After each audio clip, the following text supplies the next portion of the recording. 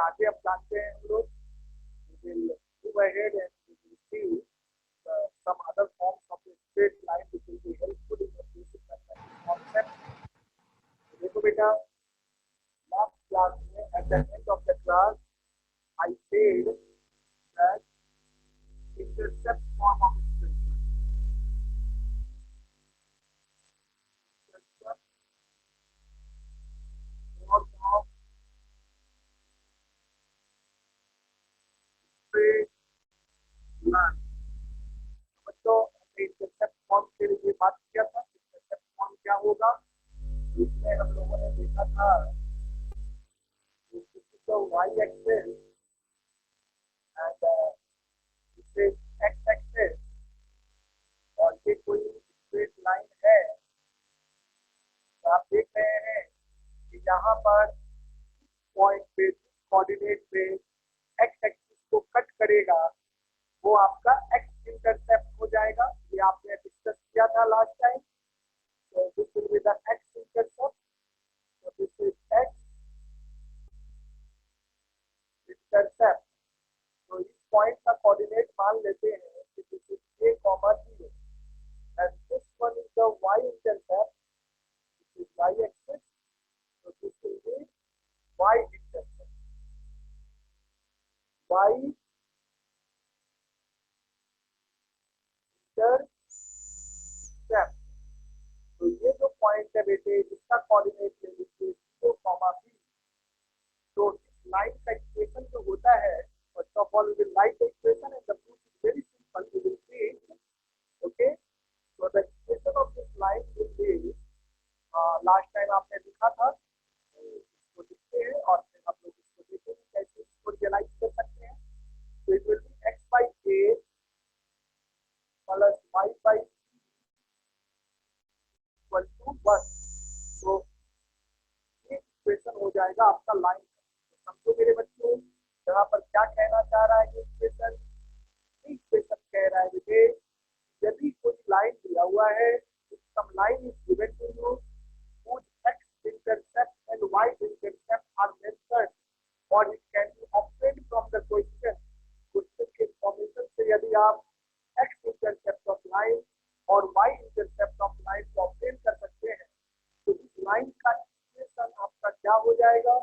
The equation of such a line will be equal to x/a plus y/b equal to 1। तो this is the equation of this line, okay. तो चलिए अब हम लोग देखते हैं कि इसको हम लोग कैसे समझ सकते हैं। लेकिन तो ध्यान दीजिएगा, यहाँ पर इस लाइन का स्लोप हमें निकालना है। देखो स्लोप क्या होगा, let's see rub this first of all, this is a, 0 है ना। ये पॉइंट क्या है, a, 0। बेटे देखो, स्लोप देखने के लिए आप एंगल किससे देखते हो, स्लोप देखने के लिए आप एंगल देखते हो with the positive direction of x axis. तो जो काम हमने लास्ट टाइम किया था उसी को एक बार थोड़ा रिपीट करते हैं। तो positive direction of x axis के साथ ये वाला एंगल बनेगा, लेट इट बी थीटा। ये बात समझ में आ रहा है। तो अगर इस एंगल को हमने थीटा कहा, तो स्लोप क्या हो जाएगा इस लाइन का।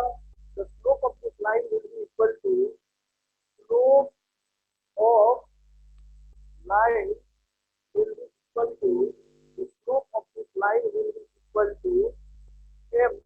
so m will be equal to tan theta। so m will be equal to tan theta, है ना बेटे।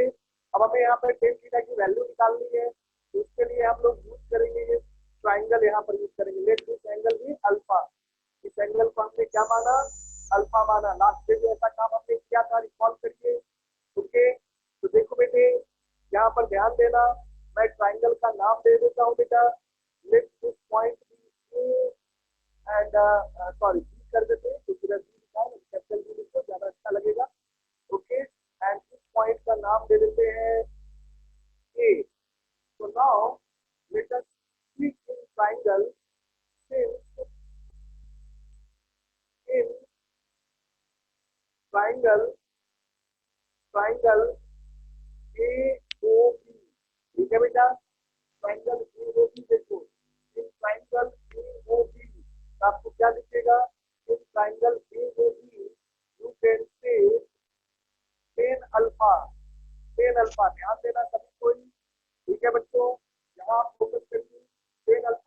जाएगा, ये अल्फा एंगल है, right angle triangle, tan alpha होता है परपेंडिकुलर बाई बेस। तो इस एंगल के लिए, किसी भी एंगल के लिए राइट एंगल ट्राइंगल में जो परपेंडिकुलर होता है वो एंगल के अपोजिट साइड होता है।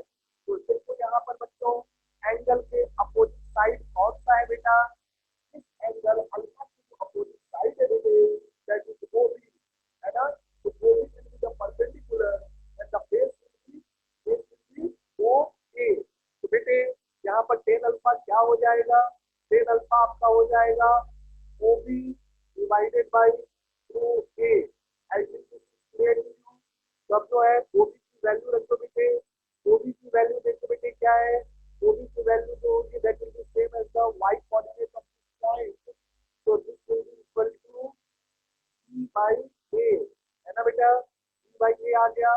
अब हम लोग स्लोप देखते हैं, स्लोप क्या होगा, slope is equal to tan theta. अब आप ये भी जानते हैं theta plus alpha.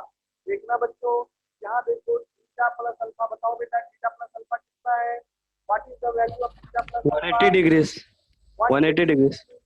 Very good, बहुत अच्छी बात। तो 180 डिग्री हो जाएगा मेरे बच्चों। तो यहाँ आप देखो बेटा हमें क्या चाहिए, टेन थीटा चाहिए ना बेटे, और यहाँ पर हमें टेन अल्फा पता है। तो हम अल्फा के क्रम में इसको निकालेंगे। तो थीटा को मैं क्या लिख सकता हूँ, थीटा को लिख सकता हूँ 180 minus alpha. Minus alpha, very good. तो अब क्या करोगे, आप थीटा की वैल्यू को यहाँ रख दोगे, when you keep that theta here, therefore your slope will be, your slope इसको आप नाम देते हैं m, तो slope क्या हो जाएगा, your slope will become tan of 180 degree minus alpha. और बेटे tan 180 माइनस अल्फा या tan 180 माइनस थीटा क्या हो जाता है, tan 180 minus 10 theta minus 10 alpha, है ना बेटा, it will be minus tan alpha, very good. तो यहाँ से बेटे आपका स्लोप क्या आ जाएगा, slope will be minus tan alpha. इस बात को आप समझते हैं, तो स्लोप हो जाएगा माइनस टेन अल्फा, और टेन अल्फा हमने यहाँ निकाला है बी बाई ए, तो जो slope will be minus B by A. तो बेटे हमारे पास स्लोप आ गया।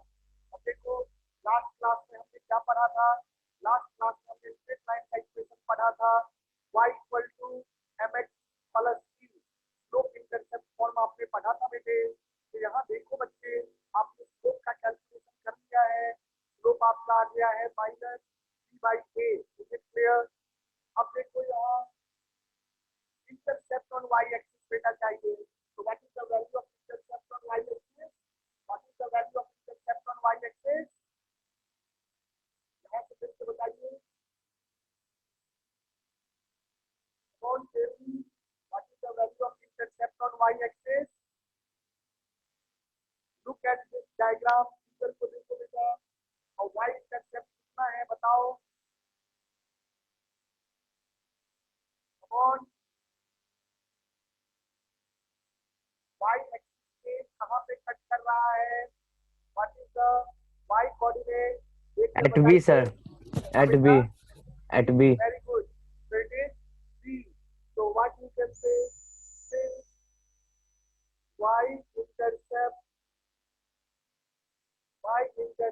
is equal to B, therefore you can say, इसको आप B कहते हैं ना, क्या हो जाएगा B, since equation of line, equation of line, बेटा equation of line क्या हो जाता है, equation of line, the equation of line is given by, equation of line is given by y equal to mx plus c। ये हमने slope intercept form में पढ़ा है। तो बेटे m की जगह हम क्या यूज कर सकते हैं, you can use minus b by A, और c की जगह पर क्या यूज कर सकते हैं b। तो this implies y will be equal to minus minus b by A into x plus c। ये लिख दिया बेटा। चलो अब देखते हैं, इसको इधर ले आइए, इसको जब आप इधर ले आएंगे तो ये हो जाएगा b by A into x plus Y equal to C, दिख रहा है। जाएगा, डिवाइड कर देंगे इंटायर इक्वेशन को by B, divide the equation by B, divide this equation by B, dividing by B, dividing by B, देख लो बेटे हमारा इक्वेशन आ जाएगा। अगर हम बी से पूरे इक्वेशन को डिवाइड कर दें तो यहाँ बी कट जाएगा, and what we will get X by A, यहाँ बी आ जाएगा प्लस वाई बाई बी, और यहाँ का बी कट जाएगा, बी बाई बी क्या हो जाएगा, 1 हो जाएगा। तो आप देख रहे हैं इक्वेशन आ गया हमारे पास, क्या इक्वेशन आ गया, X by A plus Y by B equal to 1। यहाँ पर ए और बी क्या है बेटे, ए और बी क्या है, A and B are the X and Y intercept respectively of the line. Is it clear? समझ में आ रहा है कैसे आपने इक्वेशन को रिप्रेजेंट किया? Yes sir. समझ में आ रहा है बेटे? तो जब आपको देखो ध्यान देना, यहाँ पर फोकस करिए, जब आपका इक्वेशन इंटरसेप्ट फॉर्म में रिप्रेजेंट होगा तभी एक ही स्ट्रेट लाइन है ना, जो भी अलग अलग फॉर्मेट में हम रिप्रेजेंट कर रहे हैं, है ना, इसका कब जरूरत पड़ जाए वो हमें जो है कंडीशन ऑफ क्वेश्चन से होगा। हम एक फॉर्मेट भी अगर हमें आता है, ध्यान से सुनो, अगर हमें एक फॉर्मेट भी आता है तो हम इसको कन्वर्ट करके उसमें ले जा सकते हैं, लेकिन अलग अलग फॉर्मेट हमें आना चाहिए ताकि हम कुछ सॉल्यूशन कर सकें किसी भी क्वेश्चन का। तो हमें इंटरसेप्ट फॉर्म जाना, intercept form very important, because किसी भी स्ट्रेट लाइन का इंटरसेप्ट निकालना बहुत ही आसान होता है। एक्स इंटरसेप्ट के लिए क्या करते हैं, एक्स इंटरसेप्ट के लिए वाई इक्वल टू 0 रख देते हैं और वाई इंटरसेप्ट के लिए एक्स इक्वल टू 0 रख देते हैं, है ना, तो वहां से हमें निकल जाता है इंटरसेप्ट लाइन से। तो इजी है intercept form, that's why intercept form के थ्रू इक्वेशन निकालने भी आपको आना चाहिए। सर वो -10 अल्फा इज इक्वल टू हाँ बोलो बेटा। -10 alpha is equal to -b by a कैसे है वहाँ पे? अच्छा हाँ ओके ओके ओके हाँ हाँ perpendicular by base, okay sir. हाँ बेटा बिल्कुल सही। चलो आप ओके नोट सर। कर लो इसको, है ना, ध्यान से देखिए इसको, है ना, तो आपको सारी चीजों का एक्सप्लेनेशन मिल जाएगा, और अगर कोई दिक्कत हो तो मुझसे पूछो, मैं उसको समझा दूंगा, है ना। तो गुड, वेरी गुड। कोई भी छोटी से छोटी अगर क्वेरी होती है, डाउट होती है तो बस डेफिनेटली आस्क। चलो बच्चे अब इसको जल्दी से आप लोग नोट कर लो, फिर आगे बढ़ते हैं क्वेश्चन के देखिए, सर हम लोग आगे आ जाने। बोलो। सर आपकी आवाज़ बहुत धीरे आ रही है। मेरी आवाज धीरे आ रही है? आपने हेडफोन या यूज किया है? यस सर, हेडफोन लगा रखा है। अच्छा, थोड़ा सा कंप्यूटर का जो भी है उसका साउंड बढ़ाओ, पहले फुल कर साउंड फुल कर रखा है। आपकी मेरी आवाज आवाज़ क्लियर सर आ धीरे आ रही है आपकी है? आवाज। हाँ बोलो। सर धीरे आ रही है आपकी आवाज। हाँ अभी धीरे आ रही है, लेट मेरा साउंड ठीक है। अच्छा अब आ रही है, क्लियर आवाज आ रही है? बोलो बेटे। सर अभी भी धीरे है। एक यस काम सर। करो, पहले आप लोग सभी कोई अपना माइक ऑफ करो। Okay, after you have switched off your mic, now you tell me मेरी आवाज जा रही है? यस या नो बताइए। मेरी आवाज क्लियर जा रही है? Am I audible to everyone? No sir, clearance नहीं आ रहा है सर, आवाज सही है लेकिन पीछे में कुछ बेस ठीक नहीं है सर, बीच में फंस रहा है आपका आवाज बीच में। ओके मैं एक बार चेक करता हूँ, ठीक है, रुक रुक के आवाज आ रहा है आपका। Just wait for a minute.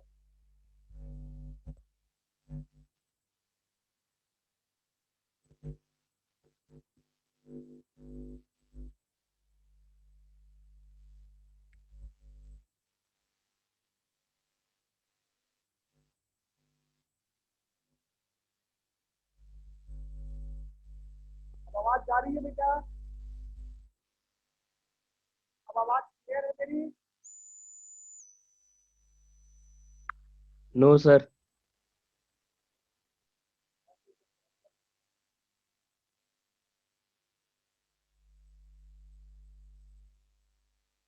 क्या दिक्कत आ रही है मेरी आवाज में? आपको मेरा वर्ड जो है वो समझ में आ रहा है, जो मैं बोल रहा हूँ समझ में आ रहा है? सर आपकी आवाज़ बहुत धीरे आ रही है।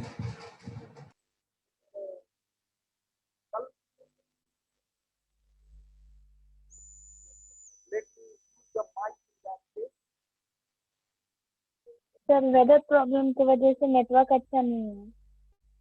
और किसी बच्चे को आपको जानिए किसी को सभी को आवाज की दिक्कत है?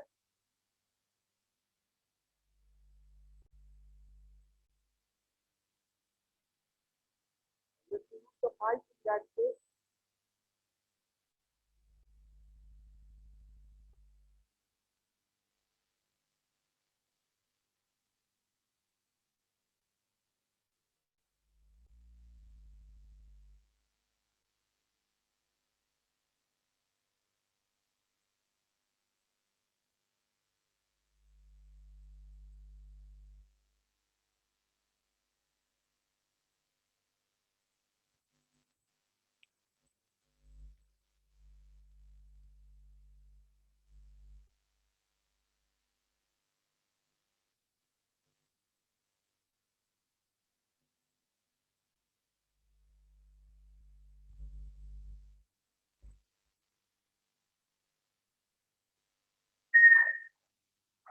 अब बेटे अब आवाज जा रही है? अब बेटे आवाज जा रही है?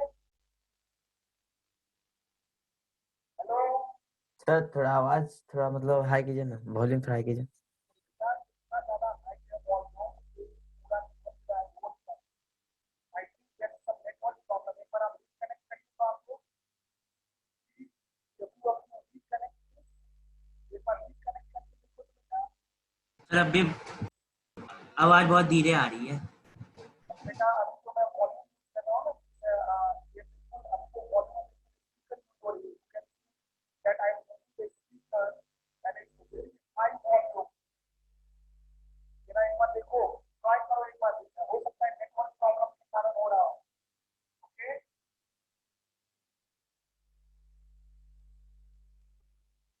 Full sound very heavy sound I am using. एक बार ट्राई करो, रिकनेक्ट करो तो आपको on try to reconnect. I think there is some network issue you are unable to listen properly.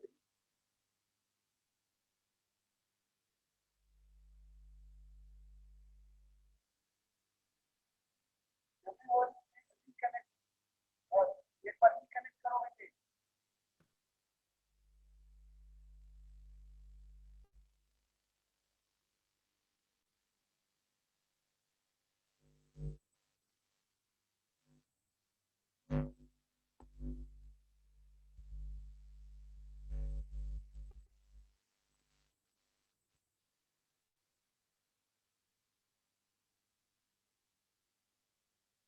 अब जा रही है आवाज?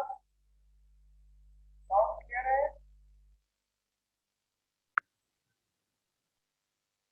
बताओ।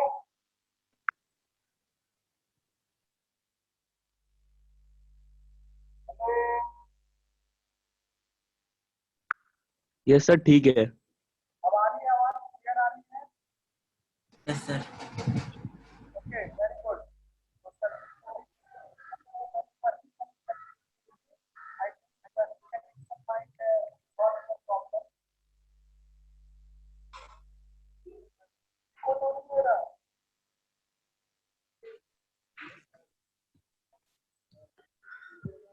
क्लियर है? I am clearly Audible? Sir फिर से आवाज नहीं आ रही। या I think problem internet connection okay try करके हो सकता है अच्छा मैं तो बोल रहा हूँ क्लियर है? क्लियर सुनाई दे रहा है जो भी मैं बोल रहा हूँ? तो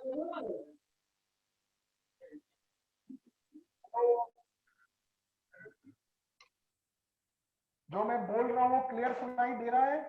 सर अब दे रहे हैं। दे रहा है अब? Yes sir. ओके सभी को क्लियर सुनाई दे रहा है? Yes sir. Yes sir.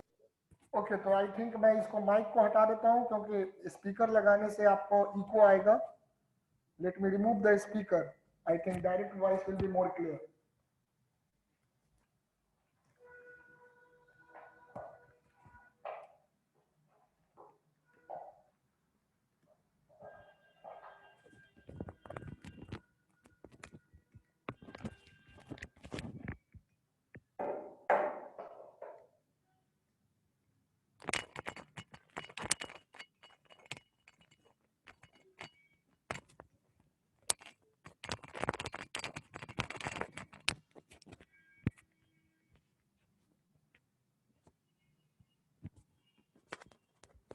अच्छा, अब आवाज जा रही है बेटे क्लियरली? Yes, sir.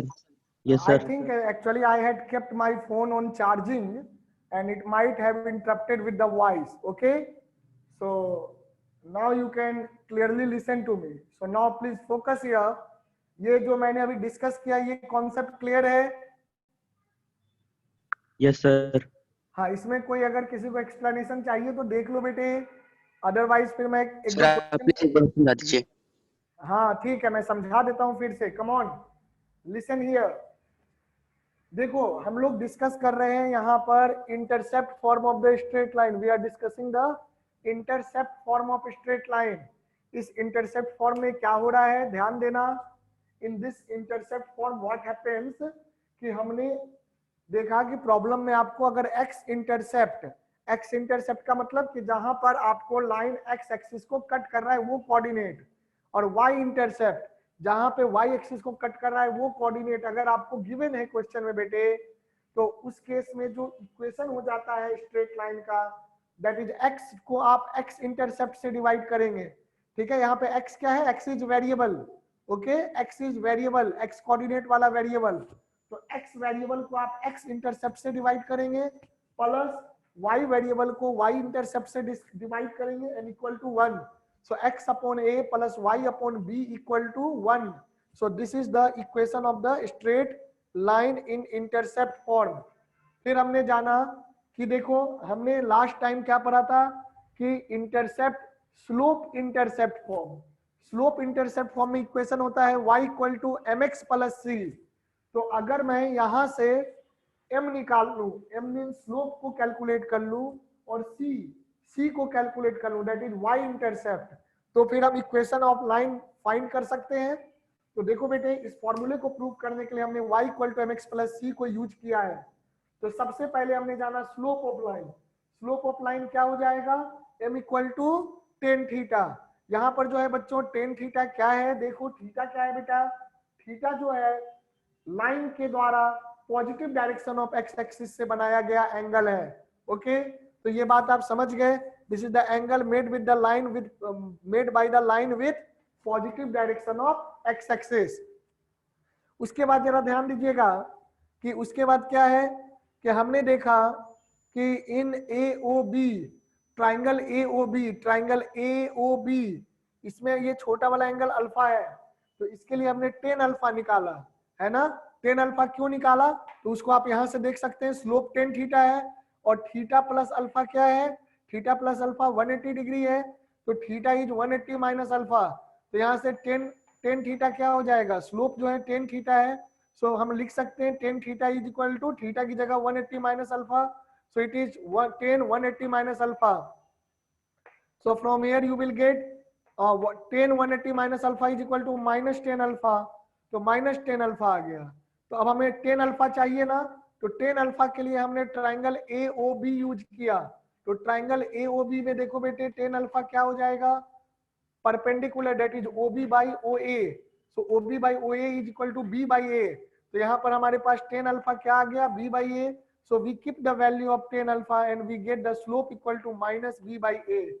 ठीक है, यहाँ तक आ गया, स्लोप आ गया हमारे पास। अब y इंटरसेप्ट देख लो, बिल्कुल आसान है।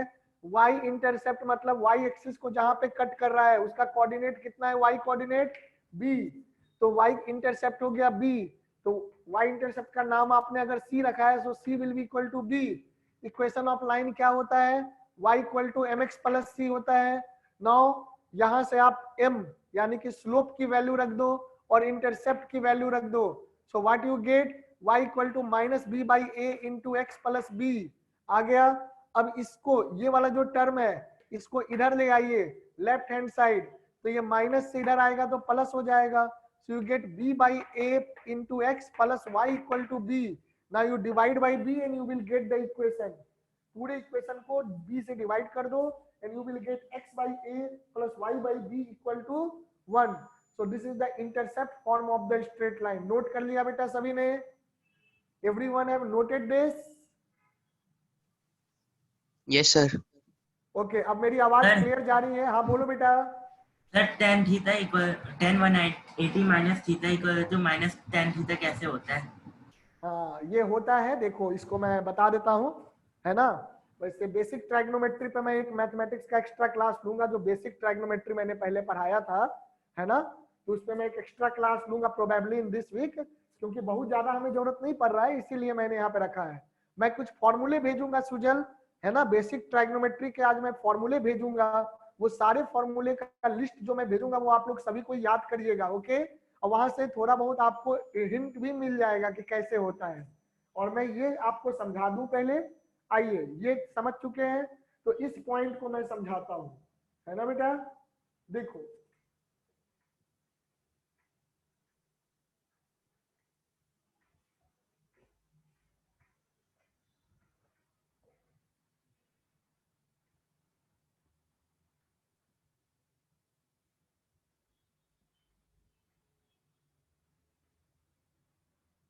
देखो हमने सबसे पहले क्वाड्रेंट डिफाइन किया था, है ना। ये होता है फर्स्ट क्वाड्रेंट, ये होता है सेकंड क्वाड्रेंट, ये होता है थर्ड क्वाड्रेंट, ये होता है फोर्थ क्वाड्रेंट। एंगल को मेजर करने के लिए सीखते हैं। तो ये हो गया आपको ओरिजिन। एंगल जब भी मेजर होता है इसको रिफरेंस लाइन एक मानते हैं, रिफरेंस लाइन, है ना। तो एंगल क्या होता है, what do we mean by angle. Angle is basically you can say कि जैसे दो रे हैं, तो दो रे के बीच में जो ये वाला पार्ट है इसे हम एंगल कहते हैं, this is called angle theta, है ना। तो यहाँ पर आप क्या करेंगे, जो रिफरेंस लाइन हमने माना है एक हॉरिजॉन्टल लाइन को, इससे एंटी क्लॉकवाइज डायरेक्शन में एंगल मेजर किया जाता है ना। एंटी क्लॉकवाइज में क्यों किया जाता है, ये कन्वेंशन है, ये माना गया है, ठीक है। तो क्या होता है देखो, हम लोग कुछ चीजें डिसाइड करते हैं उसको भी पूरी दुनिया मानती है। तो अगर एंटी क्लॉकवाइज माना गया तो एंटी क्लॉकवाइज ही लेके चलेंगे। अगर हमने क्लॉकवाइज लिया तो क्या होगा, सारी दुनिया जो एंगल का डायरेक्शन लेती है उसका हम अपोजिट लेंगे, तो हमारा रिजल्ट क्या आएगा, उल्टा आएगा, है ना बेटे।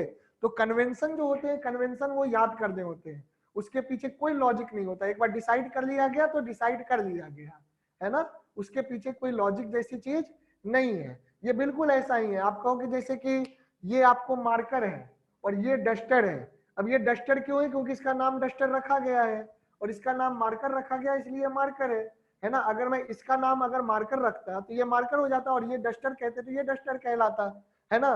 तो ऐसा नहीं है कि आप अब क्या कहेंगे कि नहीं मेरी इच्छा है तो मैं अब इसे मार्कर ना कह करके मैं इसे पेंसिल कहूंगा। तो अगर आप पेंसिल कहेंगे तो सारी दुनिया आपके बातों से कंफ्यूज होगी, तो अननेसेसरी कंफ्यूजन क्रिएट होगा, है ना बेटे। तो जो कन्वेंशन होता है, कन्वेंशन को हम चेंज नहीं करते हैं, ये दिमाग में बैठा लीजिए। कन्वेंशन के पीछे हम लोग नहीं पढ़ते, हम कॉन्सेप्ट के पीछे पढ़ते हैं कि कॉन्सेप्ट में कहीं फ्लॉ होता है तो उसको चेंज किया जाता है। Convention is not changed, okay. तो कन्वेंशन क्या है, रेफरेंस लाइन से एंटी क्लॉकवाइज डायरेक्शन में जो एंगल मेजर करेंगे उसको हम पॉजिटिव एंगल लेते हैं, और जो क्लॉकवाइज डायरेक्शन में एंगल मेजर करेंगे तो हम क्या लेंगे, उसको निगेटिव एंगल लेंगे। यानी कि अगर आप इधर 45 डिग्री जाओगे तो इसको कहोगे प्लस 45 डिग्री, लेकिन अगर एंटी क्लॉकवाइज में 45 डिग्री जाओगे तो इसको क्या कहोगे, माइनस 45 डिग्री। ये तो एंगल का कन्वेंशन हो गया। अब आइए इसको रहने देते हैं, अब हम बात करते हैं यहां पर। देख लो इधर वाले साइड को, जैसे इसको एक्स एक्सिस या इसको वाई एक्सिस मान लो, तो इधर पॉजिटिव होता है एक्स, इधर पॉजिटिव होता है वाई, है ना बेटा। और इधर एक्स निगेटिव होता है, पॉजिटिव के अपोजिट डायरेक्शन में एक्स पॉजिटिव होता है। और वाई जो है देखो यहाँ, वाई जो है इधर है पॉजिटिव, तो नीचे की ओर जो वाई होगा वो निगेटिव होगा। इधर निगेटिव एक्स और इधर निगेटिव वाई। ये बात तो आप लोगों ने पढ़ा है, कोऑर्डिनेट में पढ़ा है, कोऑर्डिनेट सिस्टम जो आपको पढ़ाया है।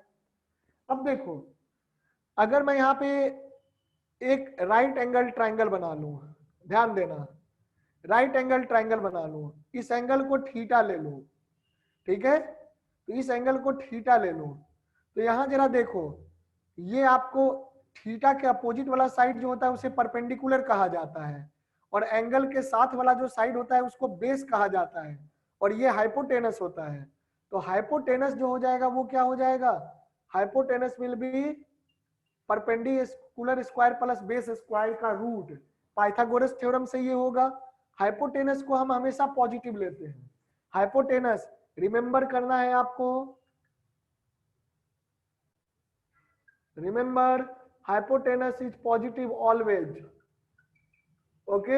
हाइपोटेनस को कभी निगेटिव नहीं लेते, है ना, तो hypotenuse is always taken as positive. अब यहाँ ध्यान दीजिए कि ये हो गया बेस और ये हो गया परपेंडिकुलर और ये हो गया आपका एंगल थीटा, दिख रहा है। तो यहाँ पे आप क्या देखेंगे,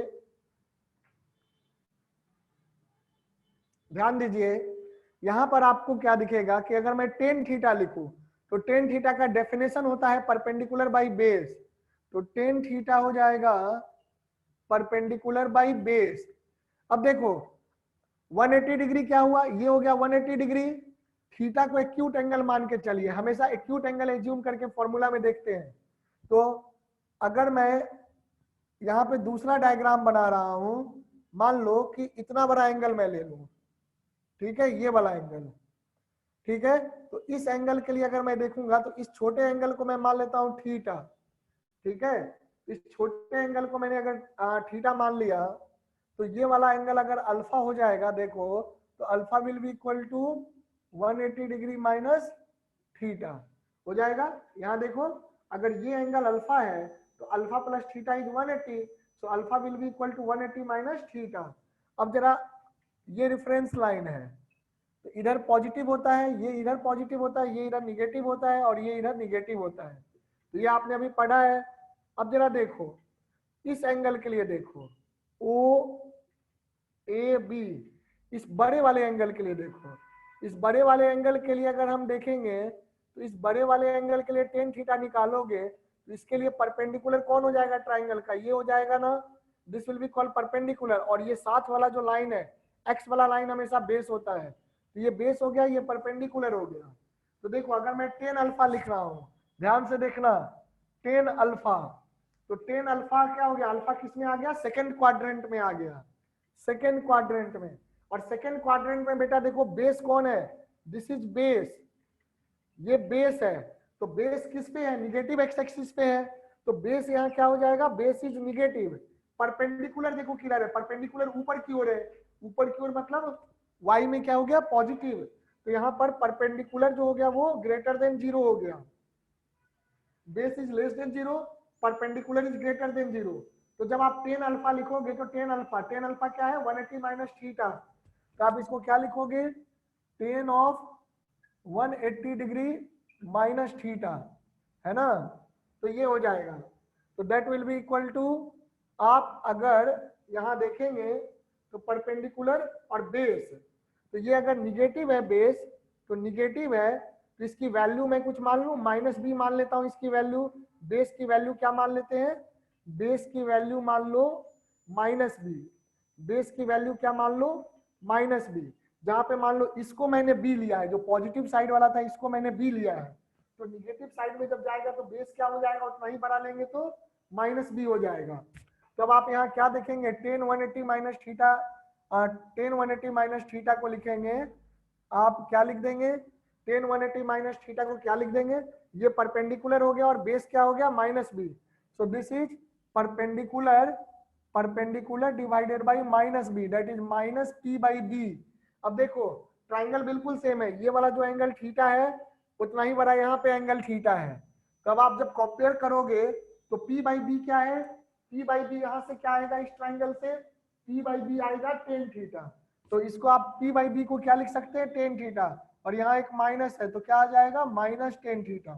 तो आपको क्या दिख रहा है, टेन ऑफ 180 माइनस थीटा क्या आ गया, माइनस टेन थीटा। ऐसा इसलिए हुआ क्योंकि ये जो थीटा यहाँ वाला जो इस एंगल के लिए हम देख रहे हैं, 180 माइनस थीटा कौन सा एंगल है, ये वाला एंगल है। जब 180 माइनस थीटा लोगे, यहाँ पे थीटा कौन सा एंगल है, थीटा जो है एक्यूट एंगल है, ये वाला एंगल है, इतना बड़ा एंगल हमने लिया है, ओके। तो टेन थीटा तो क्या हो गया, टेन थीटा तो पी बाई बी है, लेकिन अगर मैं टेन अल्फा देखूंगा तो टेन अल्फा है टेन 180 माइनस थीटा, तो टेन 180 माइनस थीटा, तो टेन अल्फा की वैल्यू अगर मैं देखूंगा तो टेन अल्फा के लिए क्या हो रहा है, अल्फा आपका सेकंड क्वाड्रेंट में जा रहा है, तो सेकंड क्वाड्रेंट के लिए बेस निगेटिव हो जाएगा और परपेंडिकुलर पॉजिटिव हो जाएगा, तो टेन अल्फा की वैल्यू क्या हो जाएगी, टेन अल्फा की वैल्यू हो जा रही है पी डिवाइडेड बाई ये वाला बेस, और ये वाला बेस क्या है, माइनस बी है, और अल्फा की जगह आप क्या रख सकते हैं, अल्फा की जगह रख सकते हैं 180 minus theta, therefore tan 180 minus theta is minus p by b, and p by b can be written as tan theta, so tan 180 minus theta can be written as minus tan theta. समझा इसको? दिख रहा है? हाँ जी। Sir हाँ बोलो। लेकिन अगर वो 90 डिग्री से बराबर लगेगा तो पाइथागोरस थ्योरम कैसे लगेगा, मतलब परपेंडिकुलर अपॉन बेस? 90 डिग्री जो है वो आप 10th तक पढ़ते हैं, 10th के बाद 90 से भी बड़ा हो जाता है, पाइथागोरस फिर भी लगेगा। देखो अगर तुम ऐसे, अब इसको मैं सवाल का जवाब देता हूँ, ठीक है ना? ध्यान से देखो। अब जो है इसको आप जो है ना बेटे फॉर्मूले, जैसे ट्राइगोनोमेट्री वाले फॉर्मूले अभी आपको याद करने पड़ेंगे, समझ रहे हो? जब आप ट्राइगोनोमेट्री चैप्टर में पहुंचोगे ना, बेसिक कैलकुलस के बाद मैं ट्राइगोनोमेट्री ही पढ़ाऊंगा, ओके? तो वहां जब पहुंचोगे तो एक एक चीजों को डिटेल में लेके चलेंगे हम लोग, ठीक है? तो वहां पर अभी आपको थोड़ा वेट करना पड़ेगा। अभी जो आपने सवाल किया है बेटे उसको मैं समझा देता हूं, उसके बाद फिर हम लोग आगे बढ़ जाएंगे, ओके? देखो जैसे कि मैं एक एग्जांपल ले रहा हूं, बिल्कुल सिंपल सा एग्जांपल ले रहा हूं बेटा, ध्यान देना। ये साइड मान लो इधर 4 है और ये साइड 3 है, ये एंगल 90 डिग्री है, दिख रहा है बेटा? और ये कितना हो जाएगा? 5 हो जाएगा ना? 3 स्क्वायर प्लस 4 स्क्वायर, तो 3 का स्क्वायर 9 प्लस 4 का स्क्वायर 16 का रूट, यही हो जाएगा ना हाइपोटेनस? तो ये कितना हो जाएगा? 25 का रूट, दैट इज 5। लेकिन अगर मैं इधर उल्टा लूं, जितना बड़ा ये साइड है, ध्यान दीजिएगा, जितना बड़ा ये वाला साइड है उतना ही बड़ा साइड में अगर इधर ले लूं, तो इधर मैं कट करूंगा तो ये वाला पोर्शन कितना कहलाएगा? ये पॉजिटिव है बेटा, और इधर निगेटिव मानते हैं, इधर पॉजिटिव इधर निगेटिव, तो ये जो आपका आ जाएगा क्या आ जाएगा? ये आ जाएगा -4। ध्यान देना, ये क्या आ जाएगा? -4 आ जाएगा, ठीक है? देखो ये क्या आ जाएगा? -4 आ जाएगा। समझा ना इस बात को? क्योंकि हमने निगेटिव साइड में लिया है, लेकिन हम ये वाला हाइट जो है वो क्या ले रहे हैं? हाइट हम पॉजिटिव साइड में ही ले रहे हैं, बिल्कुल बराबर, इसी का मिरर इमेज। तो ये 3 है, ये भी 3 है, ठीक है? तो ये वाला हो गया 3। ये क्यों हो गया 3? क्योंकि देखो हाइट हम किधर ले रहे हैं? पॉजिटिव वाई के लॉन्ग ले रहे हैं, और लेंथ ये जो बेस लिए वो निगेटिव में लिए, निगेटिव एक्स में, तो ये हाइपोटेनस हो गया। अब जरा तुम इस ट्राइंगल में देखो, इस ट्राइंगल में अगर पाइथागोरस लगाओगे तो ये आपका क्या हो गया? बेस हो गया, और ये हो गया आपका परपेंडिकुलर, और ये हाइपोटेनस हो गया। तो hypotenuse will be perpendicular square plus base square. तो जब स्क्वायर करोगे तो ये तो निगेटिव है ना, तो निगेटिव का पॉजिटिव ही तो हो जाएगा। तो hypotenuse square will be equal to perpendicular square, that is 9 plus base square, that is -4 का होल स्क्वायर, दैट इज 25 आ जाएगा। तो हाइपोटेनस फिर से क्या होगा? 5 होगा। हाइपोटेनस को हम हमेशा पॉजिटिव लेते हैं, फर्स्ट, सेकंड, थर्ड, फोर्थ, ये कन्वेंशन याद रखना है। First quadrant, second quadrant, third quadrant, fourth quadrant, कोई भी हो, हाइपोटेनस को हमेशा पॉजिटिव लिया जाता है, ओके? तो अब आपको ये दिख रहा है कि यहाँ पर क्या हो गया? पाइथागोरस फिर भी लगा सकते हैं। इस एंगल को देखो, तो इस एंगल के लिए ये आया ना इधर, है ना? तो इतने बड़े एंगल के लिए आपको जो है ये लाइन जो बना आपका रेफरेंस लाइन के साथ, एंगल जो बन रहा है, इतना बड़ा एंगल बन रहा है, तो इस एंगल के लिए आपको जो ऑब्ट्यूज एंगल के लिए आपको ये ट्राइंगल बन रहा है। ऑब्ट्यूज एंगल के लिए आपका बेस क्या होता है? निगेटिव हो जाता है ना? आप ऐसे सोचो ना, आप सीधी सी चीज देखो, क्या है? ये रेफरेंस लाइन हो गया, और ये ओरिजिन हो गया, ये आपका एरो है जो कि एंगल बना रहा है। तो मान लो लाइन सेगमेंट में इतना बड़ा ले रहा हूं, ठीक है? तो परपेंडिकुलर का मतलब क्या होता है पहले ये जानो। ये एंगल बन गया ना, तो यहां से मैं अगर ऐसे डॉट ज्वाइन कर दूं तो ये आपका क्या कहलाएगा? परपेंडिकुलर कहलाएगा परपेंडिकुलर। अब जरा सोचो, ध्यान देना इस पे, इस चीज को पकड़ो, ठीक है बेटा? ओके, तो ये इस एंगल थीटा के लिए ये परपेंडिकुलर कहलाया। अब मैं थीटा को बड़ा कर रहा हूं, बड़ा कर दिया मैंने थीटा, इसको ये साइज इतना ही बड़ा रखो, ठीक है? अब मैं इसको ऐसे ड्रॉ करूं तो ये परपेंडिकुलर, अब देख लो यहाँ ये हो गया परपेंडिकुलर का साइज, और ये बेस का साइज छोटा हो गया। अब मैं थोड़ा और बड़ा कर दूं इसको, तो अब क्या होगा? देखो बेस और छोटा हो गया और परपेंडिकुलर और बड़ा हो गया। अब मैं इधर कर दूं इसको, इस साइड कर दिया, यानी कि एंगल को हमने क्या ले लिया? 90 से भी बड़ा ले लिया। तो अब आपका परपेंडिकुलर किधर ड्रॉप होगा? जो परपेंडिकुलर आप ड्रॉप करेंगे वो किधर चला जाएगा? निगेटिव साइड में चला जाएगा। दिख रहा है? समझा सुजल? जैसे ऑब्ट्यूज ट्रायंगल का वो परपेंडिकुलर बाहर होता है, वही। हाँ, ऑब्ट्यूज ट्रायंगल का जैसे परपेंडिकुलर बाहर जाता है, बिल्कुल उसी तरह से बेटे। कुछ गया ना दिमाग में? हाँ जी, यस सर। चलो ठीक है। अब ट्राइग्नोमेट्री में इसकी चर्चा हम लोग ज्यादा करेंगे, है ना बेटा। ट्राइग्नोमेट्री जब पढ़ेंगे तो ये पूरा चीज जो है वहां पे जितना आपको है सारा क्वेरी आपका दूर हो जाएगा, ठीक है। चलो, तो अभी आप वो फॉर्मूले जो होते हैं वो आपको मैं लिस्ट आज ही भेज देता हूँ आफ्टर क्लास जो है, मैं 4 बजे के आसपास आपको लिस्ट भेज दूंगा सभी बच्चों को। वो देखो उसमें दो चीजें हैं, ट्राइग्नोमेट्री भी और इनवर्स ट्राइग्नोमेट्री के भी फॉर्मूले हैं। मैं जहां तक बोलूंगा बस उतना याद करना है। इनवर्स आप क्लास 12th में पढ़ते हैं, है ना। जब आप ज्वाइन करोगे तो मैं इनवर्स आपको 11th क्लास में ही पढ़ा दूंगा, क्योंकि उसका यूज हम लोग को 11th क्लास में थोड़ा बहुत होता है। तो क्या है ना, जब आप 11th में पढ़ लेंगे तो एक क्या होगा कि आपका पोर्शन कवर हो जाएगा और आपके लिए आसान हो जाएगा सब्जेक्ट जो है। तो वैसे हर टॉपिक को जो कि आपके सब्जेक्ट को आसान करता है उसको मैं 11th क्लास में ही कवर कर दूंगा। चलो देखो, तो यहाँ पर कुछ चीजें जो था हमने डिस्कस किया और हमने जाना कि y tan 180 minus theta is equal to minus tan theta. ऐसे बहुत से फॉर्मूले होते हैं, तो वो सारे फॉर्मूले मैं आपको दूंगा, वो सारा आप याद करोगे, मेमोराइज करोगे, और after some day when this basic calculus will be over we will discuss trigonometry, तब आपका वो सब क्लियर हो जाएगा।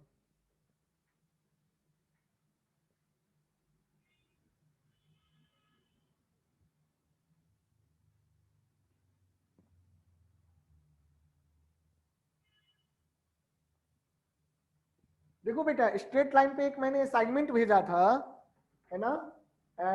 Tomorrow sorry yesterday I send an assignment. उस असाइनमेंट में क्वेश्चंस थे, उसको आप लोगों ने कुछ ट्राई किया है? आज जरूर कंप्लीट कर लीजिएगा, ओके। आज जरूर कंप्लीट कर लीजिएगा, क्योंकि फिर आज आपको और भी असाइनमेंट मिलेंगे, है ना। तो इसीलिए जो पुराना असाइनमेंट मैंने भेजा है उसको जरूर कंप्लीट कर लेना। थोड़ा अपने पढ़ाई का स्टडी टाइम बढ़ाइए, okay, you increase your study duration now because I am not with you, I cannot see what you are doing at your home, but आप लोग खुद जो है अपने आप को जो है पूरा इन्वॉल्व करो अपनी पढ़ाई में, और अपने स्टडी का ड्यूरेशन जो है स्लोली स्लोली इंप्रूव करो, इंक्रीज करो, है ना, जरूरी है वो। अब देखो एग्जाम्पल जैसे मैं ले रहा हूं, मान लो कि मैं लिख रहा हूं x इंटरसेप्ट, x इंटरसेप्ट ले लो -2 ले लो, y इंटरसेप्ट आप मान लो 3 ले लो, x इंटरसेप्ट क्या ले लिया -2, तो y इंटरसेप्ट ले लिया 3। तो इसका मतलब आप क्या कह सकते हैं, x इंटरसेप्ट का नाम आपने a दिया था, तो a कितना हो गया -2, और y इंटरसेप्ट b कितना हो गया बेटा 3 हो गया। तो इक्वेशन ऑफ लाइन क्या हो जाएगा, देयरफॉर इक्वेशन ऑफ लाइन, देखो कितना आसान है, बस वैल्यू ही तो रखना है ना मेरा बच्चा, वैल्यू रखना है। तो वैल्यू रखना है तो क्या हो जाएगा, x by a plus y by b equal to 1, है ना बेटे। तो अब यहाँ से इक्वेशन क्या आ जाएगा, जरा आप लोग ध्यान देना, a की जगह क्या रखोगे, you will keep -2 in place of a।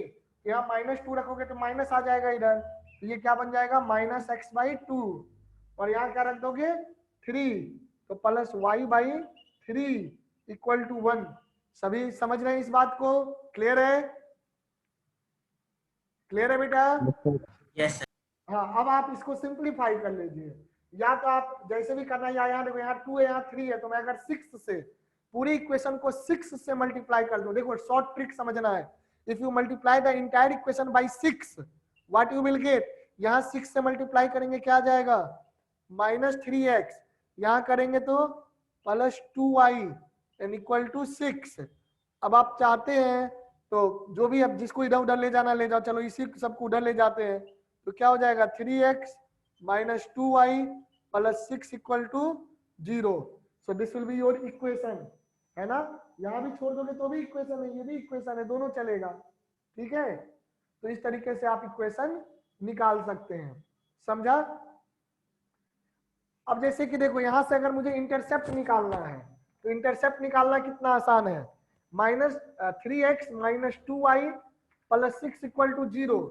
अब अगर कह रहा है कि find x and y intercept, तो बेटा मैंने इसमें क्या टेक्निक बताया था कि अगर आपको किसी गिवन इक्वेशन जो है स्ट्रेट लाइन की इक्वेशन से x और y इंटरसेप्ट अगर निकालना है, तो उसके लिए आप क्या करते हो बच्चे, यदि आपको किसी इक्वेशन से x इंटरसेप्ट और y इंटरसेप्ट का कैलकुलेशन करना है तो उसके लिए आप क्या करते हो, x इंटरसेप्ट और y इंटरसेप्ट के कैलकुलेशन करने के लिए आप क्या करेंगे, तो सामने ध्यान दो एक बार, पहले इसको फिर से फोकस करो, x और y, मान लो कि ये कोई लाइन है ना, ऐसे कोई लाइन है, तो ये जो लाइन है अगर यहाँ देखो ये क्या हो गया कोऑर्डिनेट a,0 और ये कोऑर्डिनेट हो गया 0,b, तो सामने नजर रखिए, अगर आपको x इंटरसेप्ट चाहिए तो देखना बेटा जहां पर x इंटरसेप्ट होता है, जहां पर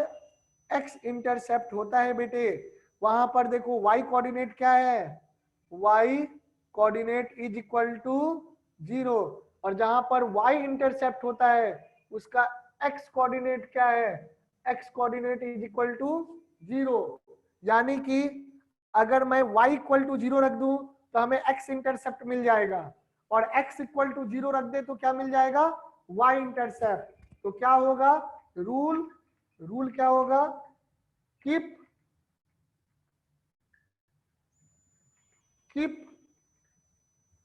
x equal to 0 for y intercept, you have to keep x equal to 0 for y intercept. तो देखो बेटे यहाँ x इक्वल टू 0 रख दो इस इक्वेशन में, तो जैसे ही x इक्वल टू 0 रखोगे तो क्या बन जाएगा, -2y प्लस 6 इक्वल टू 0, यानी कि 2y equal to 6 and this implies y equal to 3, आ गया ना, y इक्वल टू 3 आ गया ना y इंटरसेप्ट, है ना, सेम इक्वेशन हमने लिया था। और ये तो रूल नंबर 1 हो गया, इसको रूल नंबर 1 कह लीजिए, और रूल 2 है ना, बिल्कुल सेम ही है rule 2, just focus on rule 2 now. Rule 2 क्या होगा बेटा बताओ, come on tell me, x intercept के लिए क्या करोगे, x इंटरसेप्ट निकालने के लिए क्या करेंगे, y y equals to 0, y को 0 रखेंगे, वेरी गुड, ये बात समझ रहे हैं ना, तो चलिए निकालिए आप लोग, सभी कोई निकालो, आ जाएगा आपका -2, क्योंकि यही प्रॉब्लम हमने लिया है, कम ऑन डू इट। सर यहाँ क्या, हाँ बोलो बेटा, जैसे हम लोग यहाँ पे y इक्वल टू 3 निकाले, नहीं तो y वो इक्वल y, हमने नहीं निकाला है, हमने वो x इक्वल टू 0 रखा, y इक्वल टू 3 निकल के आया ओके ओके, है ना, हम अपनी मर्जी से चाहेंगे, हम अब सोचो अगर हम कहेंगे हम y इक्वल टू 4 निकाल दें, हम कैसे निकाल देंगे बेटा, हम y इक्वल टू निकाल सकते हैं, बोलो तो, नहीं ना निकाल सकते हैं, नहीं, है ना, इक्वेशन में हम कुछ नहीं करते हैं, बस हम इक्वेशन में क्या करते हैं, मैथमेटिक्स के रूल को फॉलो करके सॉल्व करते हैं, जो निकलना होता है वो खुद निकलता है, हमारी मर्जी नहीं चलती वहां, है ना, हमारी मर्जी नहीं चलती है कि हम चाहे, जैसे हमने यहाँ x y इक्वल टू 3 निकाल दिया, सर अगर हम y इक्वल टू 4 निकाल दे तो कैसे निकाल देंगे बेटा, यहाँ से y इक्वल टू 3 आएगा ना, 3 के अलावा हम कुछ भी यहाँ पर नहीं निकाल पाएंगे, है ना। चलो ऐसे आप पूछना क्या चाह रहे थे बताओ, व्हाट वाज योर अगर क्वेश्चन। मतलब y को सब्स्टिट्यूट नहीं कर सकते, मतलब वहां उसके 3x - 2 ऑफ 3 + 6 = 0, तो x का वैल्यू आ जाएगा ना, नहीं वो मतलब इक्वल टू x 0 ही रहेगा फिर। क्या चीज, y इक्वल टू 3 नहीं, y इक्वल टू 3 पे तो x 0 रहेगा, लेकिन आप ये देखो यहाँ पढ़ो क्या है, keep x 0 for y intercept, तो y इंटरसेप्ट के लिए x 0 आया ना, तो बेटा ये y इक्वल टू 3 कौन है, ध्यान देना, y इक्वल टू 3 क्या है बेटा, ये y इंटरसेप्ट है, तो y इंटरसेप्ट है ना, अगर अच्छा, आप इस इक्वेशन में अगर आप y इक्वल टू 3 रखेंगे, यानी कि y इंटरसेप्ट रखेंगे, तो y इंटरसेप्ट कहाँ आता है, जहाँ x 0 आता है, तो x तो 0 ही ना आएगा, हाँ है ना, तो यस x सर, 0 ओके, आना ही है बेटा, क्योंकि y इक्वल टू 3 जिस पॉइंट को कट कर रहा है लाइन, वो पॉइंट y एक्सिस पे है, और y एक्सिस के लिए तो x इक्वल टू 0 ही ना आता है बेटे, तो वो चीज है। तो अब देखो रूल 2 में क्या हो जाएगा, keep y equal to 0 for x intercept, तो x इंटरसेप्ट के लिए इसमें y इक्वल टू 0 रखेंगे, तो इसको जरा करके देखो, देयरफॉर अगर आपने y इक्वल टू 0 यहाँ रख दिया तो क्या आ जाएगा, y इक्वल टू 0 रखते 3x + 6 इक्वल टू 0 आ जाएगा, and this implies x equal to क्या हो जाएगा, इधर -6 कट जाएगा तो -2 आ जाएगा, है ना, और देखो -2 ही है ना, तो आपने क्या जाना, कि आपको ज्यादा ताम झाम नहीं करना है। आपको अगर इंटरसेप्ट निकालना है किसी इक्वेशन से तो क्या करोगे, लाइन के इक्वेशन में x जीरो रख दोगे तो y इंटरसेप्ट आ जाएगा, और y जीरो रख दोगे तो जो x की वैल्यू आएगी वो x इंटरसेप्ट देगा। ये रूल क्लियर है? क्लियर है? Yes sir. Yes sir. चलिए बहुत अच्छी बात है, तो आप लोग इसको नोट करिए। अब हम लोग बड़े ही मजेदार कॉन्सेप्ट को पढ़ने जा रहे हैं जो कि आपने आज से पहले कभी नहीं पढ़ा है। चलिए कम ऑन, अब हम लोग कैलकुलस की ओर मूव करेंगे। चलिए मैं 2 मिनट का आप लोग को सांस लेने का टाइम देता हूं, आप लोग इसको नोट करो, get relax and then we will move to another important topic.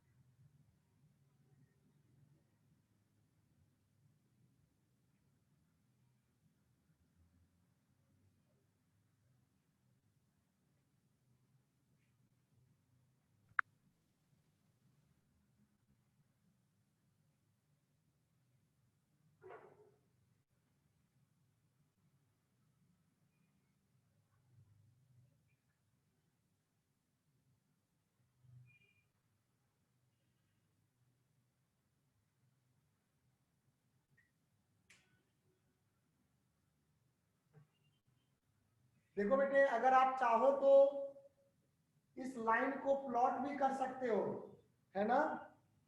Intercept निकालने के बाद लाइन को प्लॉट करना बहुत आसान हो जाता है। देखो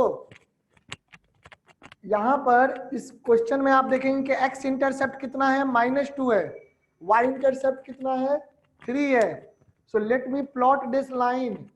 ओके, इस लाइन को कैसे बनाओगे, ड्रॉ कैसे करोगे, इंटरसेप्ट निकाल के लाइन को प्लॉट करना सबसे आसान है। देखिएगा, ठीक है बेटा, ये x हो गया, इधर y हो गया, तो x इंटरसेप्ट कितना है, -2, -2 मतलब -1 -2, निगेटिव x में जाएगा, तो ये -2 हो गया। और y इंटरसेप्ट कितना है, 3, तो 1 2 3, तो ये आपका y हो गया, तो y इंटरसेप्ट हो गया। तो एक तो ये पॉइंट आ गया x इंटरसेप्ट, और एक ये पॉइंट आ गया y इंटरसेप्ट। तो आपको पता है किसी भी स्ट्रेट लाइन को प्लॉट करने के लिए हमें 2 पॉइंट की जरूरत पड़ती है।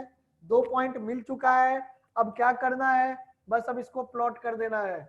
यानी कि ये जो स्ट्रेट लाइन है बेटा, ये वाला स्ट्रेट लाइन जो आपको दिख रहा है, इस स्ट्रेट लाइन का इक्वेशन क्या है, ये जो स्ट्रेट लाइन है, इस स्ट्रेट लाइन का जो ग्राफ है, इस इक्वेशन का जो ग्राफ है वो ये वाला लाइन आएगा। समझ रहे हो, प्लॉट इजी है, दिख रहा है बेटा? Yes sir. अब बोलो, अब आप लोग क्या पॉइंट रख रख के प्लॉट करोगे, या सीधे x इंटरसेप्ट y इंटरसेप्ट निकालोगे और लाइन खींच दोगे? बोलो, है ना, आवाज जा रही है?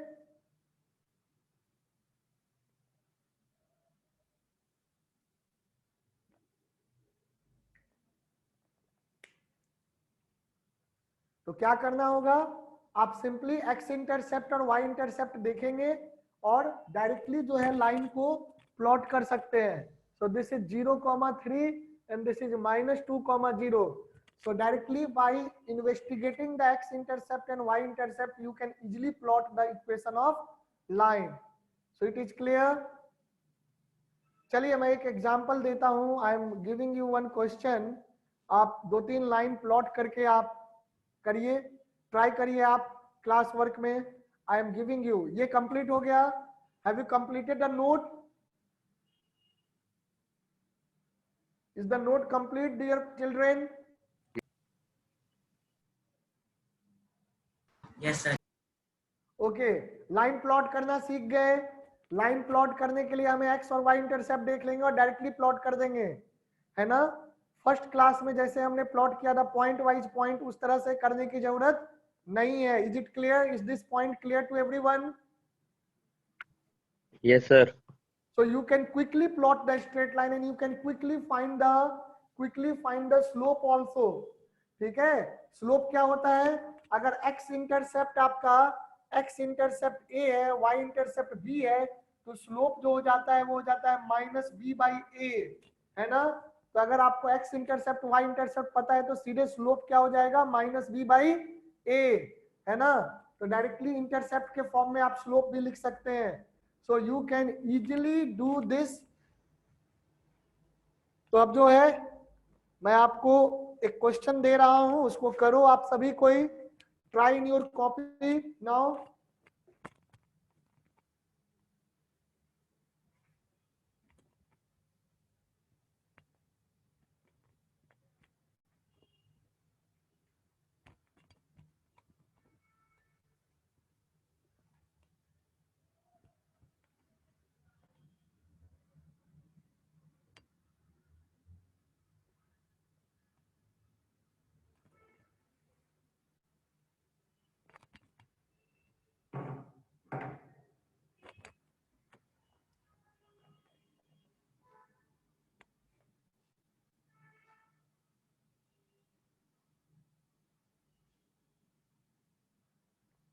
हाँ देखना मेरा बेटा, एक क्वेश्चन मैं दे रहा हूं आप लोगों को, do that question.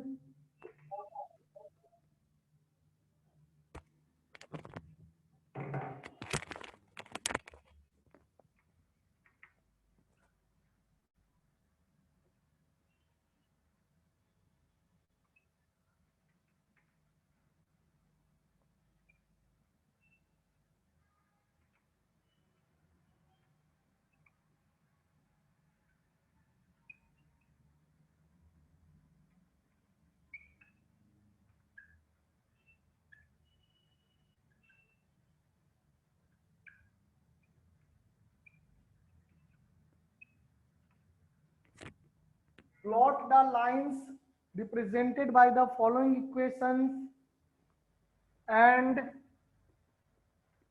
find their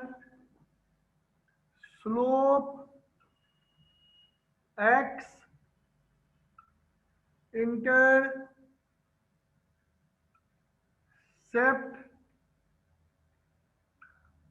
and y intercept।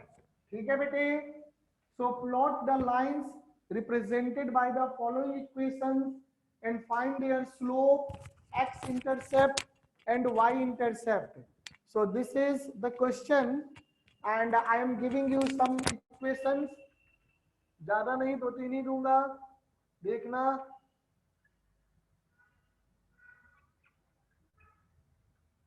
Three x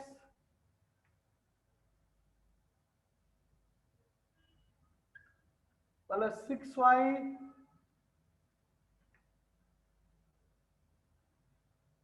equal to 9। Sir 6y sir.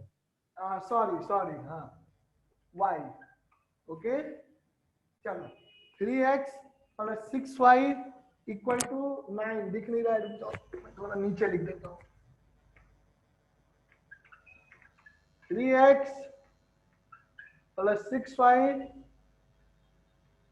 Equal to 9।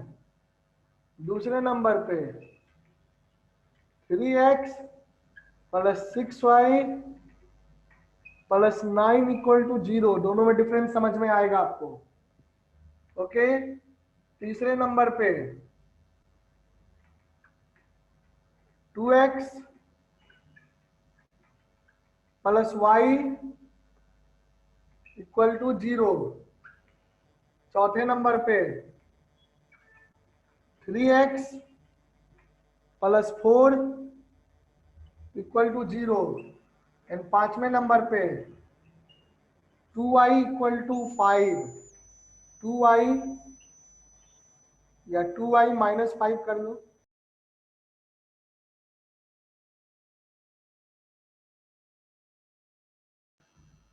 Okay, so till this point you should do. ये 5 क्वेश्चन करो बेटे।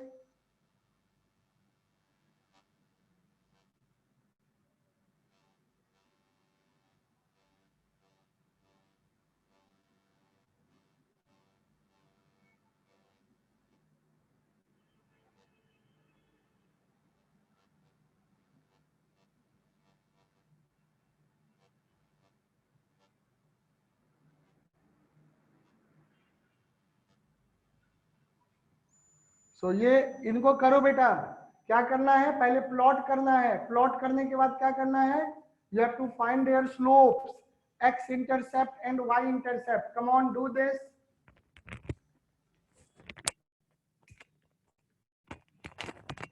आई am giving you 5 minute time. 5 minute का time दे रहा हूं बेटा, इसको complete करो बच्चों।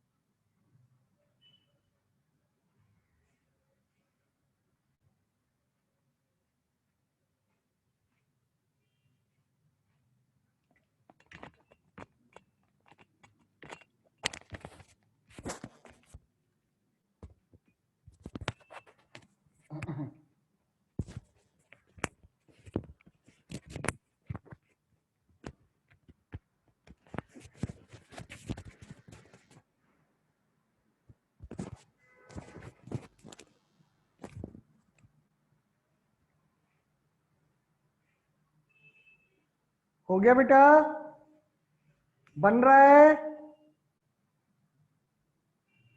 First one is complete.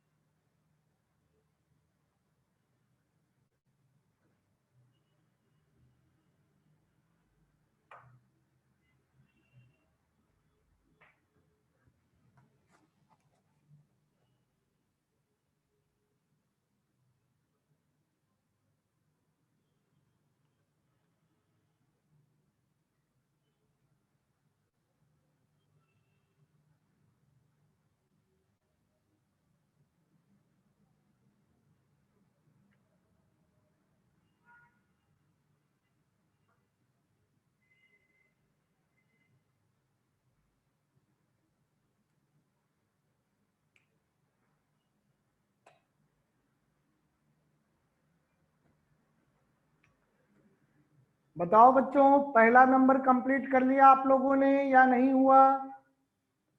Please tell me. Sir हो गया। Very good. चलिए, अगर पहला हो गया तो मैं फर्स्ट नंबर को डिस्क्राइब कर रहा हूं, आप लोग आगे करते जाओ, मैच कर लेना।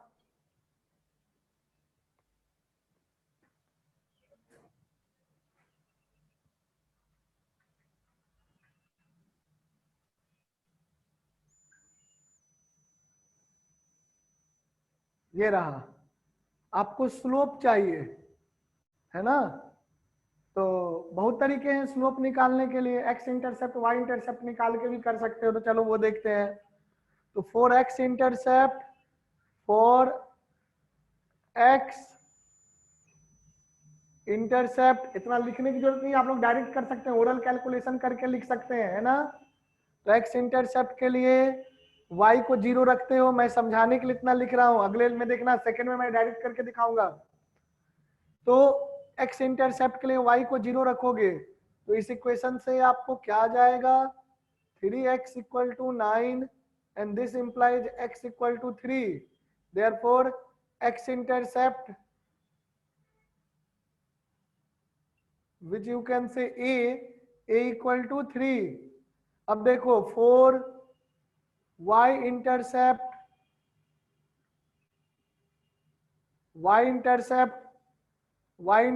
के लिए बेटा x को 0 रखो, पुट x 0, यहां पे आप लिख सकते हैं पुट y 0।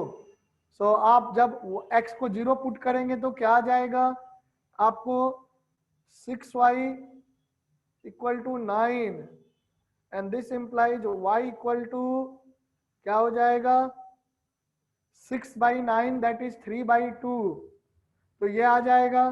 तो आपके पास बेटा x इंटरसेप्ट भी आ गया, y इंटरसेप्ट भी आ गया, एंड देयरफॉर स्लोप क्या लिख सकते हो आप, देयरफॉर यू कैन से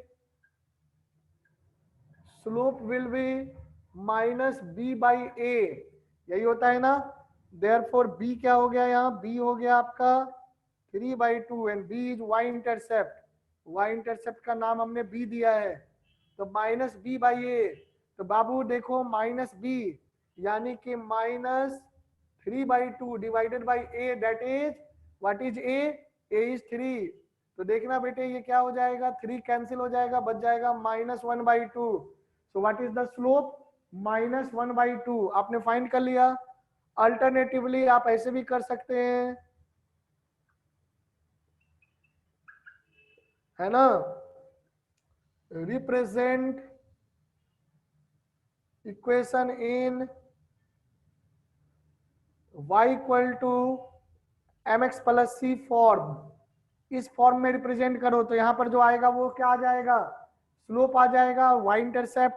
तो स्लोप निकालने के लिए ये भी कर सकते हो, तो यहाँ से y को निकालो तो क्या हो जाएगा, 3x plus 6y equal to 9 and this implies 6y equal to -3x, ये 3x इधर गया तो -3x plus 9 and this implies y 6 से डिवाइड करो तो 6 से डिवाइड होगा क्या आ जाएगा, -1/2 इंटू एक्स प्लस 3/2, 6 से डिवाइड होगा तो 9/6, 3/2।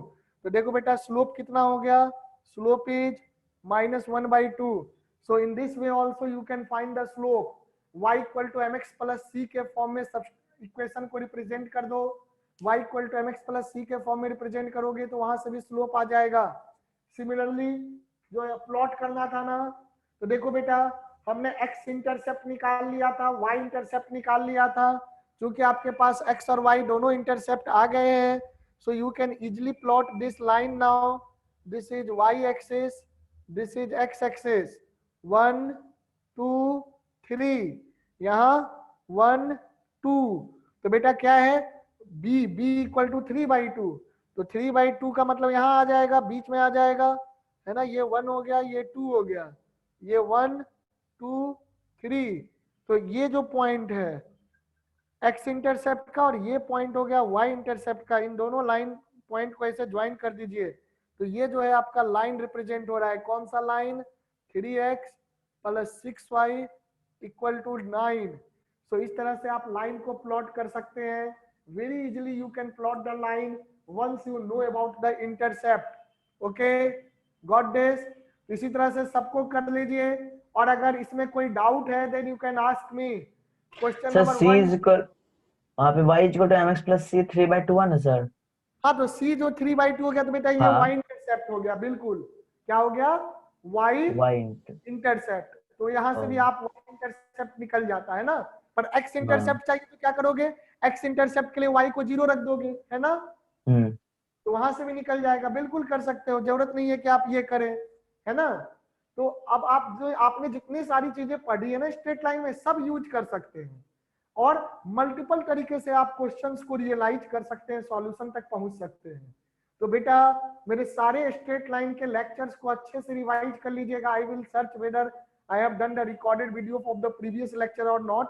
आई थिंक लास्ट लेक्चर का मैंने किया था, वो मैं आप लोगों को ग्रुप पे पूरा स्ट्रेट लाइन का लेक्चर शेयर कर दूंगा। ओके ठीक है, फेसबुक पे तो शेयर करूंगा ही, प्लस इस पे भी ग्रुप पे भी कर दूंगा। सर ये प्लॉट कैसे किया आप 3 और 2 पे, x और y पे? क्या बेटा ये समझ में आ गया? वो नहीं सर, यहाँ पे mx प्लस c लिए ना, according to that how did you plot this graph? उसके अकॉर्डिंग मैंने नहीं किया है। देखो स्लोप tan थीटा 1/2 है, तो वहां से एंगल तो नहीं निकाल पाओगे, यहाँ से किया है मैंने।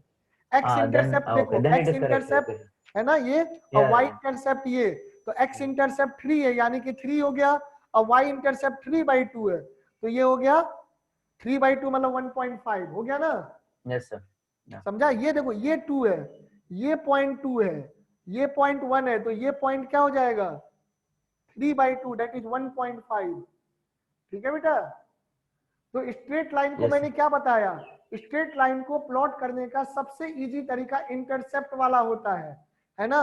लेकिन जब आप यहां देखेंगे, जैसे ये वाला इक्वेशन, इस इक्वेशन पे आइए, तो इस इक्वेशन में आपको x क्या आ जाएगा -4/3, तो x हो गया -4/3। तो यहाँ साइड में देखो, अगर x को कह रहे हो -4/3, तो ये x एक्सिस हो गया, ये y हो गया, तो ये हो गया -1 -2 -4/3 1 और सॉरी 1 2, तो -4/3 है, तो -1 -2 के बीच में आएगा कहीं पर, तो ये हो गया। तो x इक्वल टू -4/3 लाइन क्या होता है, y के पैरेलल होता है ना, तो y के पैरेलल हो जाएगा, ये वाला लाइन हो जाएगा। ठीक है, तो ये लाइन हो जाएगा, ये पॉइंट क्या हो गया -4/3 हो गया। समझ रहा है ये बात? चलो मैं इसको फिर बताता हूं बाद में, पहले आपको जो है ऊपर वाला पहले ये कर लिया।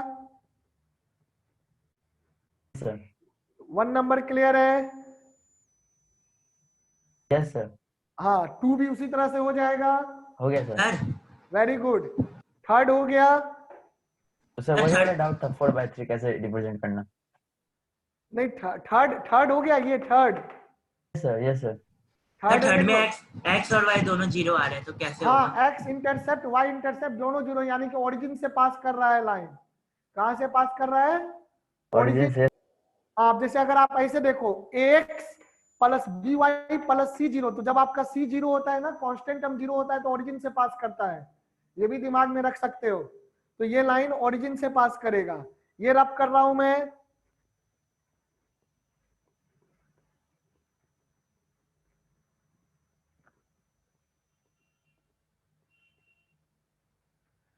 एक बार थर्ड पे मैं थोड़ा डिस्कशन कर लूं, थर्ड पे डिस्कशन करने के बाद फोर्थ और फिफ्थ को देखेंगे। तो let's come to the third one. ठीक है बेटे, third is 2x plus Y 0। तो जब आप x 0 रखोगे तो y 0 आ जाएगा, यानी कि y इंटरसेप्ट 0 और x इंटरसेप्ट भी 0। ये क्या है आपका, दिस इज y इंटरसेप्ट और दिस इज x इंटरसेप्ट, यानी कि ये लाइन कहां से पास कर रहा है, लाइन पासेस थ्रू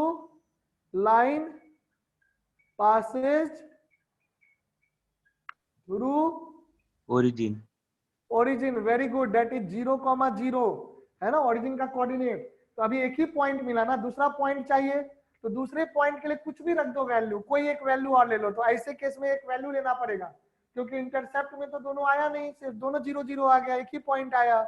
तो यहाँ दूसरे पॉइंट के लिए कुछ भी रख दो। चलो आप क्या करो, x को 1 रख दो, है ना, पुट, या x को हम थोड़ा बड़ा रख देते हैं, चलो कुछ भी रख दो, 1 रख दो, 2 रख दो, x को 2 रख दो। तो क्या हो जाएगा, x को जैसे ही 2 रखोगे तो 2 into 2 plus y equal to 0, and this implies y equal to -4. Therefore second point क्या हो गया, सेकेंड पॉइंट आपका हो गया x2 y -4, that is 2, -4। समझ में आया? तो 2, -4 से पास कर रहा है। चलो अब हम लोग देखते हैं इस लाइन को कैसे प्लॉट करेंगे। इस लाइन को कैसे प्लॉट करेंगे वो देखते हैं। तो 2, -4, तो y एक्सिस में निगेटिव जा रहा है। चलो तो ये y हो गया, इधर x हो गया। तो बेटा x में 1 और 2, x में क्या है 1 और 2, और y में कितना गया -4। तो 1 2 3 4, -4 2, तो कौन सा पॉइंट हो जाएगा, 2, -4 कौन सा पॉइंट हो जाएगा, 2, -4 बेटे ये वाला पॉइंट हो जाएगा। So this point is 2, -4। तो एक तो इस पॉइंट से पास कर रहा है ना बाबू, इस पॉइंट से पास कर रहा है, देखो बच्चों, और एक कहां से पास कर रहा है, ओरिजिन से पास कर रहा है। तो ये स्ट्रेट लाइन एक तो 2, -4 से पास कर रहा है, और कहां से पास कर रहा है, 0, 0 से। तो ये स्ट्रेट लाइन ओरिजिन से पास करेगा और 2, -4 से पास करेगा। तो कैसा स्ट्रेट लाइन बन जाएगा बेटा, ऐसा स्ट्रेट लाइन बन जाएगा, दिख रहा है। सो this will be your straight line. Is it clear, समझ में आ गया? Sir, but how you have taken the x is equal to 2? आप कुछ ले लो, 1 ले लो बेटा। मैंने क्या बोला, कोई हमें स्ट्रेट लाइन को प्लॉट करने के लिए कोई क्या चाहिए, 2 पॉइंट चाहिए। तो एक पॉइंट आ Yes, गया sir. Then 0, we can take our own. या you can take x equal to 1, you can take x equal to 2.5, you can take Okay. Anything बेटे, है Yes, ना। sir. Okay then. देखो जब आप x equal to 1 लेंगे ना, x equal to 1 लेंगे तो y क्या आएगा, -2 आएगा। तो x equal to 1, देखो x equal to 1 ये पॉइंट है, और -2 ये पॉइंट है, y equal to -2 ये पॉइंट है। तो कौन सा आ जाएगा, ये पॉइंट आ जाएगा। तब भी यही लाइन बनेगा ना, तब भी सेम लाइन बनेगा। Yes, sir. हाँ ठीक Yes, है। sir. तो दिख रहा है ना, कोई भी हमें पॉइंट चाहिए। तो हमें दूसरा पॉइंट की जरूरत थी ना, क्योंकि 0, 0 तो बेटे एक ही पॉइंट बना, और एक स्ट्रेट लाइन को प्लॉट करने के लिए हमें कम से कम 2 पॉइंट चाहिए। तो दूसरे पॉइंट के लिए हम कोई एक कोऑर्डिनेट ले लेंगे, चाहे आप 2 ले लीजिए, x को -2 ले लीजिए, whatever you want you can take, okay, and accordingly you will get the y coordinate. तो उस पॉइंट को देख लोगे और फिर ज्वाइन कर दोगे स्ट्रेट लाइन। समझ में आ रहा है? चलो बेटा इसको नोट कर लो, come on note it down. Sir इसका स्लोप कैसे निकलेगा? हाँ स्लोप बिल्कुल y equal to mx plus c कर दो, निकल जाएगा।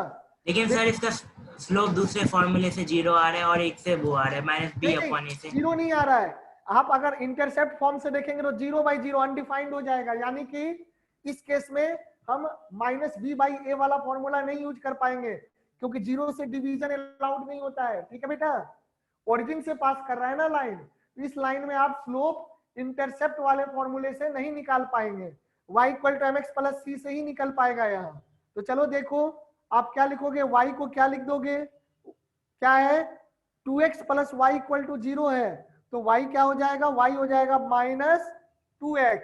-2x अब प्लस 0, तो इंटरसेप्ट तो 0 हो गया, और स्लोप क्या हो गया, स्लोप हो गया -2। इज इट क्लियर, समझे? देख लो,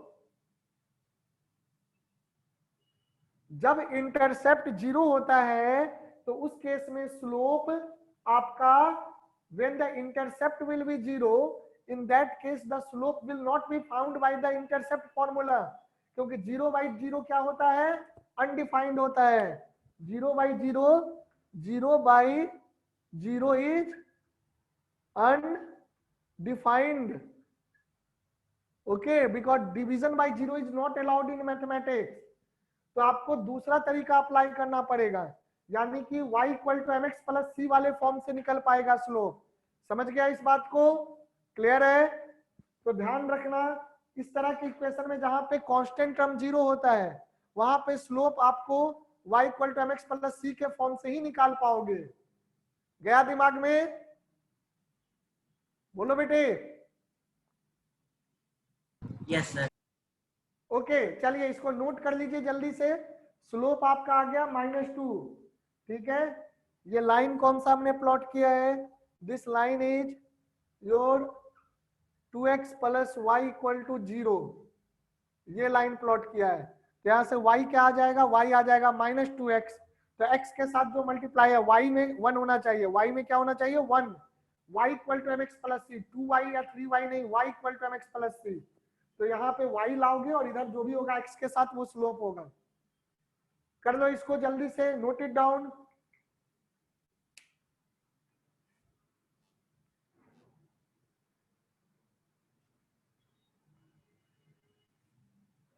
हो गया बेटा?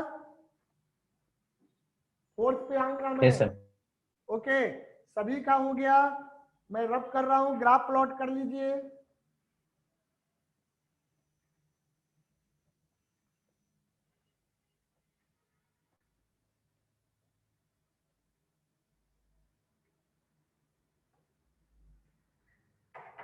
Now you look at the fourth equation, equation number 4। Equation number 4 में देखो बेटा क्या है? 3x plus 4 equal to 0, this is the straight line. तो यहां से बेटा y तो है ही नहीं यहाँ, तो अब यहाँ देखो, अब ये y equal to mx plus c के फॉर्म में आप यहाँ नहीं लिख सकते हैं। इसको y equal to mx plus c के फॉर्म में नहीं लिख पाएंगे क्योंकि यहाँ y ही नहीं है ना। तो जो स्ट्रेट लाइन के अलग अलग फॉर्म पढ़ने का भी यही फायदा है कि हमें बहुत सारे फॉर्म्स पढ़ने पड़ते हैं। कोई फॉर्म कहीं पे यूज हो पाएगा तो कोई फॉर्म कहीं पे यूज नहीं हो पाएगा, है ना। ओके डायरेक्टली यूज नहीं कर पाएंगे। वैसे तो अगर आप करना चाहें तो कर सकते हैं पर डायरेक्ट यूज नहीं हो पाता है, तो ध्यान रखना। तो यहाँ पर 3x क्या हो गया बेटा? -4 हो गया। तो x क्या हो गया? -4 डिवाइडेड बाई 3। तो x हो गया -4/3। तो x कांस्टेंट हो गया ना, x की वैल्यू हो गई -4/3 एंड -4/3 इज कांस्टेंट। y कुछ भी हो, y अब कुछ भी हो, x हमेशा -4/3 ही होगा। तो यानी कि इसका जो ग्राफ बनेगा वो कैसा बनेगा? How the graph of this straight line will be formed? This is y axis and this is x axis. And what is x? x is -4/3 for all values of y, for all y, चाहे y आप कुछ भी लो, for all y x will be -4/3 क्योंकि equation खुद ही कह रहा है कि x हमेशा -4/3 होगा। तो ये देखो -1 -2 -4/3 कितना आएगा? -1.33 आएगा। तो 1 और 2, -1 और -2 के बीच में कहीं पे आएगा, ये पॉइंट हो गया मान लो। तो this will be the equation of the line, है ना। क्या होता है? x equal to constant, x equal to constant is a line parallel to y axis, मैंने लास्ट टाइम बताया था। So this line will be parallel to y axis. अब देखो ये पॉइंट क्या है? This point is -4/3। तो चाहे आप y की वैल्यू कुछ भी रखो, y 0 है, x -4/3 है, y 1 है, x -4/3 है, y 2 है, x क्या है? -4/3 है, y -1 है, x क्या है? -4/3 है। तो आपको क्या दिख रहा है कि x की वैल्यू हर जगह -4/3 होगी, है ना। y 1/2 है तो भी x -4/3 है, y -1.1 है तो भी y जो y अगर -0.1 है तो भी x क्या है?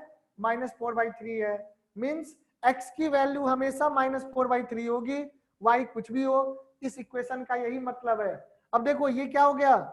90 डिग्री हो गया ना। तो 90 डिग्री में 10 90 डिग्री क्या होता है? एंगल कितना बन रहा है? 90 डिग्री बन रहा है। तो अब स्लोप क्या हो जाएगा? 10 90 डिग्री हो जाएगा slope. And 10 90 degree means undefined, infinity हो गया स्लोप। स्लोप कितना हो जाएगा?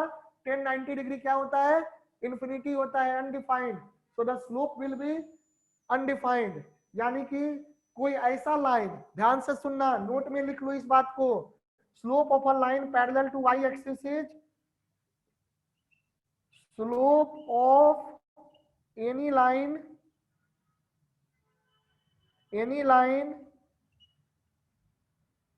parallel to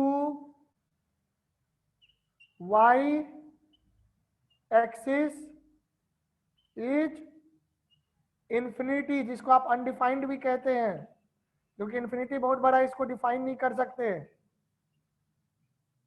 okay, slope of any line parallel to y axis is undefined और इन्फिनिटी यू कैन से। ये Sir, बात for समझिए? x also it can be no, if y is equal to something.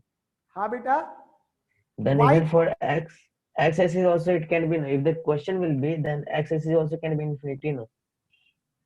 X axis infinity, x axis क्या होता है infinity? X axis तो x axis है, फिर रिपीट करो No, क्वेश्चन। मतलब sir, जैसे slope of any line parallel to y axis is infinity you have written no.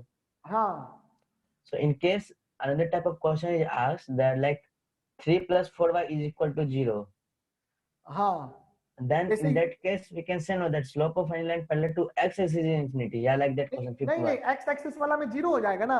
देखो अभी पहले ये समझ गया ना, Yes sir. तो एक्स एक्सिस वाला ये देखो पांचवा है ना, पहले इसको नोट करो, फिर मैं वो बताता हूँ लास्ट। Okay, okay. इसको कर लो, फिर वो लास्ट वाला बताऊंगा तो क्लियर हो जाएगा आपका सवाल। उसमें स्लोप जीरो हो जाएगा ना, एक्स के पैरेलल, तो 0 डिग्री बनाना बेटा। तो टेन जीरो क्या होता है? टेन जीरो जीरो होता है। तो पैरेलल टू एक्स एक्सिस में स्लोप जीरो होता है, पैरेलल टू वाई एक्सिस में slope infinity that is undefined होता है। ठीक है, चलो करो, पहले इसको कर लो, एक एक करके देखते हैं बेटे।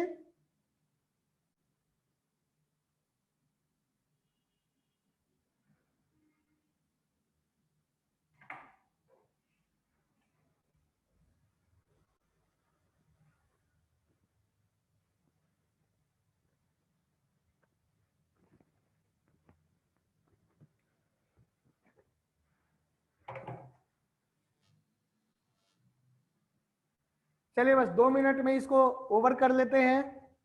ध्यान दीजिएगा, पांचवा question. Let's come to the question number 5 now. Question number 5, what is written there?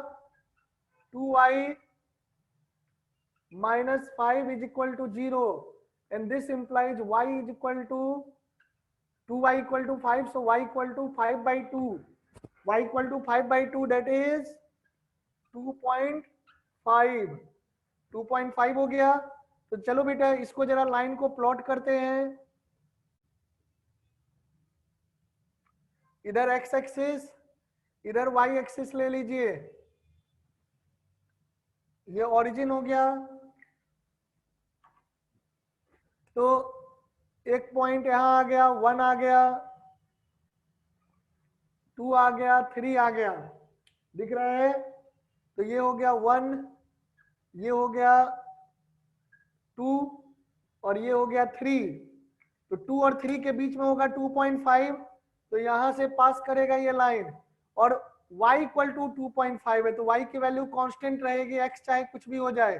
तो ये लाइन हो जाएगा ना, तो ये लाइन क्या है? This line is y equal to 2.5, this line is representing y equal to 2.5। देखो चाहे x की वैल्यू कुछ भी हो, x 0 है तो भी 2.5 है, x -1 है तो भी y 2.5 है, x +1 है तो भी y 2.5 है। whatever be the value of x, y will be always 2.5, क्योंकि यहाँ क्या कह रहा है? y equal to 2.5। तो ये लाइन बन गया। अब देखो ये लाइन क्या है? पैरेलल टू एक्स एक्सिस है, तो पैरेलल टू एक्स एक्सिस में एंगल क्या हो जाएगा? 0 डिग्री हो जाएगा, है ना बेटा? तो यहाँ पर थीटा जो हो जाएगा that is 0 degree. Therefore slope जो हो जाएगा बाबू क्या हो जाएगा? Slope will B 10 0 degree, and 10 0 degree that is 0, है ना? तो स्लोप क्या हो गया? स्लोप 0 हो गया। तो नोट में आप लिख सकते हैं स्लोप ऑफ एनी लाइन